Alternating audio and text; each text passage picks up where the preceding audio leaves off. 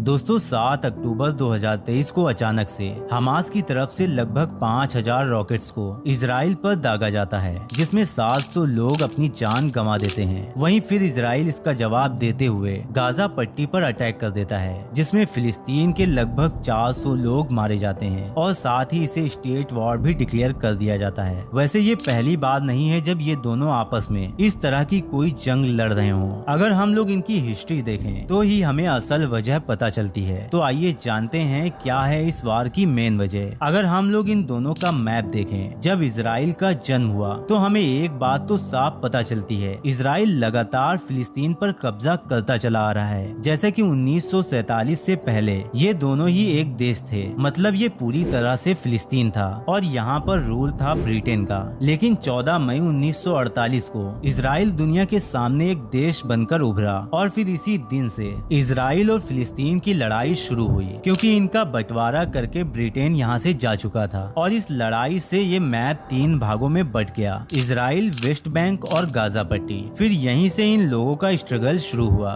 जो कि आज तक चल रहा है। और यही स्ट्रगल कभी कभी वार में बदल जाता है, जैसे कि अभी हालात बने हुए हैं। अब इसमें 3 जो अलग अलग पार्ट हैं, जिसमें वेस्ट बैंक में फिलिस्तीन नेशनल अथॉरिटी की सरकार है, जबकि गाजा पट्टी पर हमास का रूल चलता है, जो कि हमेशा से इजराइल के लिए टेंशन की वजह भी बना रहा। लेकिन ये हमास आखिर है क्या? हमास फिलिस्तीन का सपोर्टर ग्रुप है, जो हर हाल में और हर वक्त फिलिस्तीन का साथ देना चाहता है, जिसकी शुरुआत 1987 में शेख अहम यासीन ने की थी। इसे शुरू करने की मेन वजह थी फिलिस्तीन को यहूदियों से सेव करना, क्योंकि इजराइल लगातार फिलिस्तीन की एरिया पर कब्जा करता चला आ रहा है। इसीलिए हमास का सिर्फ एक ही मकसद है, फिलिस्तीन को इस्लामिक देश बनाना, जो कि वो पहले से ही था। वहीं अगर देखा जाए तो फिलिस्तीन में सिर्फ कहने की ही सरकार है, क्योंकि पूरा कंट्रोल तो हमास अपने पास रखता है, जिसमें बड़ी संख्या में फिलिस्तीन के यंगस्टर अपने हक की लड़ाई लड़ते हैं। एक रिपोर्ट के अनुसार इस ग्रुप में लगभग 50,000 लोग शामिल हैं और ये 2 पार्ट में रहकर काम करते हैं। वहीं अगर देखा जाए तो ये पहले से और भी ज्यादा शक्तिशाली तरीके से इजराइल के साथ लड़ रहे हैं। लेकिन सवाल ये है कि इतना छोटा सा एक ग्रुप इतना शक्तिशाली कैसे बना? तो अगर हम लोग रिकॉर्ड्स उठाकर देखें तो हमास के पास इतनी बड़ी मिलिट्री नहीं है और ना ही इनके पास किसी भी तरह के एडवांस वेपन है, लेकिन इनको कई पावरफुल इस्लामिक देशों का सपोर्ट मिलता है, जिससे ये बिना डरे इजराइल जैसे देश से सीधा टकराने की हिम्मत करते हैं। जैसा कि 1967 में भी इजराइल ऐसे ही एक वार का सामना कर चुका है, जिसे 6 डे वॉर कहा जाता है। इस वॉर में 6 दिनों तक अरब के 3 देशों ने मिलकर इजराइल से युद्ध लड़ा, जिसमें इजिप्ट, सीरिया और जॉर्डन शामिल थे। लेकिन फिर इसका रिजल्ट इजराइल की तरफ ही रहा, उसने फिलिस्तीन के एरिया पर और भी ज्यादा कब्जा कर लिया। फिर इसी तरह आज धीरे धीरे इजराइल पूरे फिलिस्तीन पर कब्जा करता आ रहा है, लेकिन फिर भी फिलिस्तीन के लोग अपने हक के लिए लड़ रहे हैं। इसके बावजूद आज उन्हें लोग टेररिस्ट बुलाते हैं। तो आइए इसे एक एग्जाम्पल के तौर पर समझते हैं। जैसा कि आप अगर किसी को अपना घर रेंट पर दें और फिर वो कुछ दिनों तक उसमें रहने के बाद आपसे बगावत करे और कुछ हिस्सा रहने के लिए मांगे, तो ऐसे में अगर आप उसे थोड़ा सा हिस्सा रहने के लिए दे देते हैं, सिर्फ इस बेस पर कि उसकी हालत काफी खराब है और उसके पास रहने के लिए घर नहीं है, लेकिन फिर वो कुछ दिन बाद आपके घर पर धीरे धीरे कब्जा करता रहे और एक दिन ऐसा आए जब आपको ही उस घर से निकाल दिया जाए, तो फिर घर पाने के लिए आप हक के लिए लड़ रहे होंगे या फिर वो रेंट वाला? इस मामले में आप टेररिस्ट हुए या फिर वो रेंट वाला? जरा इस बात पर गौर करिएगा और सोच कर देखिएगा।